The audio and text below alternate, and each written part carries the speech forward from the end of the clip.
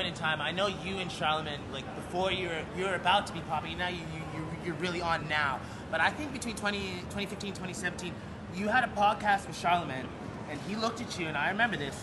He was like, don't get mixed up with the music guys. And until that, the first person I saw you get mixed up was 6ix9ine. So do you heed from that advice, and you feel like, nah, I can go and mix up with them, as opposed to when Charlamagne's like, nah, I don't hang out with niggas after 4 p.m.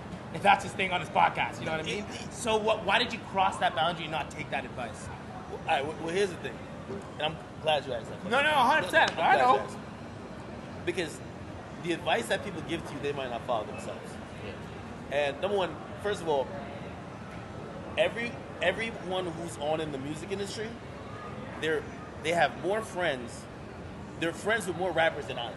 Like, imagine, so you're not, because that whole perception is, oh, Ak knows everyone. That's what I thought. Charlamagne is friends with Rick Ross. Word. He's friends with a lot of rappers. Now, player coach in terms of entertainment, right? I remember when I did the audition for Everyday Struggle. We talked, and he cut the audition 5 minutes, and he says, "This is the guy." And really, what it was, so you were auditioning. He was the set guy, and you were in auditioning for the second part? Because that's new to me. I thought it might have been a conjoint thing. No, it wasn't really an audition. It was like, all right, so this is how Everyday Struggle initially came. Because I know Star was on there for a bit, and that didn't go too well.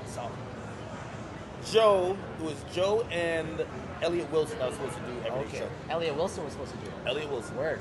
Elliot Wilson, I think, Tidal had just like this deal with Rap Radar. Yeah, he's got Tidal now. So he went over there. When Jay-Z calls, what's she gonna do, right? Yeah, facts. So he couldn't do the show. The show's only supposed to be once a week. Yeah. Then they're looking for a replacement, and Joe didn't really know too much about me, but Complex like, yo, this guy's the next up. Yo, like we gotta find someone who like just is not only maybe morally, but just like diametrically opposed to everything you might be for. Because that's the whole show, right? It's like you guys opposed to each other. It's blessed. Yeah. Kind of like the Undisputed with Skip and Shannon. It's kind of the same thing. It's first take is Undisputed. It's just a sports. 100%. Thank you. Okay, we're on the same page there.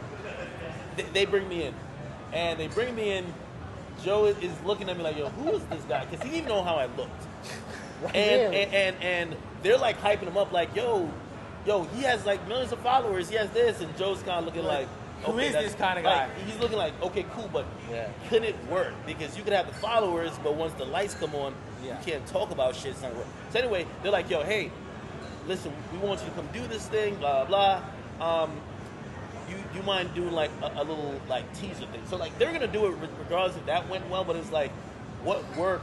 We're gonna sit in rehearsals for like 2 months before we go live, or what ended up happening was I hear that one. We literally went to do like a little test episode, and 5 minutes in he's like, cut it, and then they're like, we're starting next week.